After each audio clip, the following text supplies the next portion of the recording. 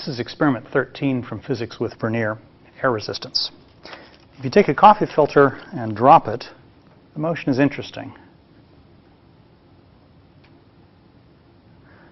You can see that it falls with constant speed. It's not like a ball or a brick that just keeps on speeding up. The coffee filter falls and the air resistance increases until it matches the magnitude of the weight, and because the net force is zero, the filter falls with constant speed. Now we can study this air resistance behavior by looking at the fall of one filter, two filters, three filters, because they all have exactly the same shape, but they've got varying mass. And we can make a model for the behavior of air resistance. It's familiar to everyone that air resistance or water resistance is a function of velocity. If you're moving slowly, walking through shallow water, it's almost as if the water isn't there. But if you try to walk quickly, the resistance becomes significant. Clearly, the resistance is a function of velocity. A simple model for air resistance would have the magnitude of the air resistance linear with velocity. Another slightly more complicated model would be to have the air resistance force proportional to the square of the velocity. If you take Newton's second law and our two models for the drag force, you can show that the terminal velocity will be proportional to the mass of the object for the linear air resistance case. And for the quadratic air resistance case, you can show that the terminal velocity, the square of the terminal velocity, will be proportional to mass. This is a testable prediction that we can study using Logger Pro and a motion detector. So I've got a motion detector on a spring stand material pointing down at the floor. I'm going to plug that into my LabQuest, and I've got my LabQuest already connected to the computer. I'm going to open a file in the Physics with Vernier folder, number 13, air resistance. I'll do that now. Now, one thing that's not in the book, but I like to do with students, is to reverse the direction of the motion detector and zero it so that the floor becomes the origin of our coordinate system and the numbers increase as you go upward. That means that the resulting graph will simply be a measure of how far the filter is off of the floor. Let me show you how to do that. Open the LabQuest Sensors dialog by clicking up in the toolbar here. You'll see that the motion detector is reporting the distance to the floor with a positive number. If I can get the pop-up menu for the motion detector and first reverse the direction of the coordinate system. This will now make up as positive. Next step is to zero the motion detector with nothing under it but the floor. You can hear the motion detector click a bit, and then the live readout shows 0. After doing this, the motion detector will report the distance of the coffee filters from the floor. And this is something that most students find a little easier to understand than an upside-down coordinate system. Now let me use this setup to measure the terminal velocity for a variety of coffee filters. First, I'm going to take one filter, hold it under the motion detector, start data collection. So now we've got a graph of the position as a function of time for one coffee filter. You can see that at the beginning, the coffee filter was held still, then it started falling, but almost immediately reached constant speed.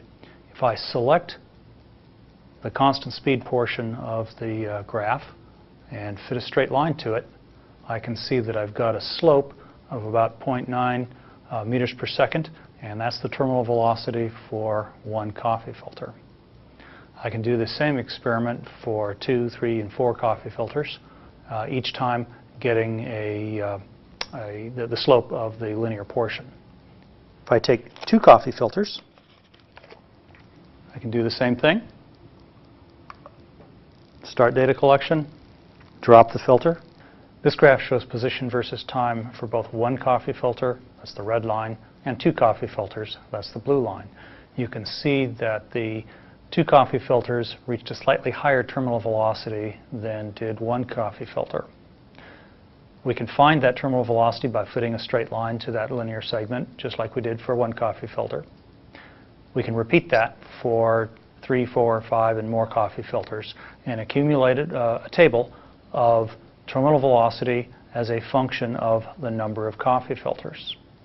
from that, we can construct some other graphs.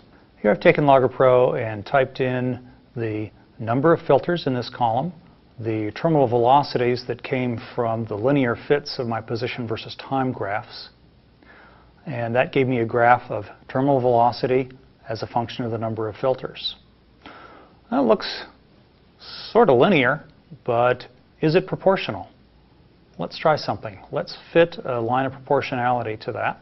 I'm going to use the curve fit function, and I'm going to choose the first choice, the proportional function. Click try fit, and OK, and I get the result on screen. It's not a very good fit. Now, the quadratic model predicted that the square of the terminal velocity was proportional to mass. So let's make a graph of that instead. In my data table, I've got terminal velocity and number of filters, which is the mass. But I need another column here. I'm going to take this opportunity to show you how to create a calculated column in Logger Pro. It's a very useful skill to have because you can apply this in all sorts of different experiments. I can go to the Data menu and choose New Calculated Column. In this dialog, I see fields for a name, units, and also the equation field. And that's where the real magic happens. That's where I define the new column. So let me call this column velocity terminal, the terminal velocity squared. And I'm going to give it just the same short name, and it's going to have units of meters squared per second squared. Here's another little known feature of Logger Pro. These drop downs give you access to Greek characters and subscripts and superscripts. So here's a superscript 2, and I'll go divided by seconds and put in another superscript 2. Now, down in the equation field, I need to choose my existing terminal velocity column, which is right there. And my calculation rule is just to take the square of that. So I've got the terminal velocity caret 2, which is to the second, means the terminal velocity to the second power, or the square. So I can click Done, and you see in the data table that I've got a new column, and these values in blue are just the square of the values in red in the second column. To get this onto a graph, I can just take this column header and drag it over the y-axis of my graph, and that gives me my graph of the square of the terminal velocity as a function of the number of coffee filters. Now this one also looks like pretty much a straight line, but that straight line is heading toward the origin, which is very different from the upper graph of terminal velocity versus number of filters. Let's take this lower graph and fit a line of proportionality to it. So I've chosen curve fit. I confirm that the proportional function is chosen. I click try fit. I get a really nice fit there, and I can click OK. In the resulting graph, you can see that my line of proportionality fits the velocity squared data pretty well. This tells me that the model with the air resistance being proportional to the square of the velocity is the better fit. So we've tested two models for air resistance. The first with the air resistance force proportional to the velocity of the coffee filter, and the other with the air resistance force proportional to the square of the velocity. The second model fit the actual data much better. So it looks like we've got a reasonably good model for reality. If you study air resistance in more detail, you find that the model actually requires both a linear and a quadratic term. But for the terminal velocity of coffee filters, it looks like the quadratic model is a pretty good choice.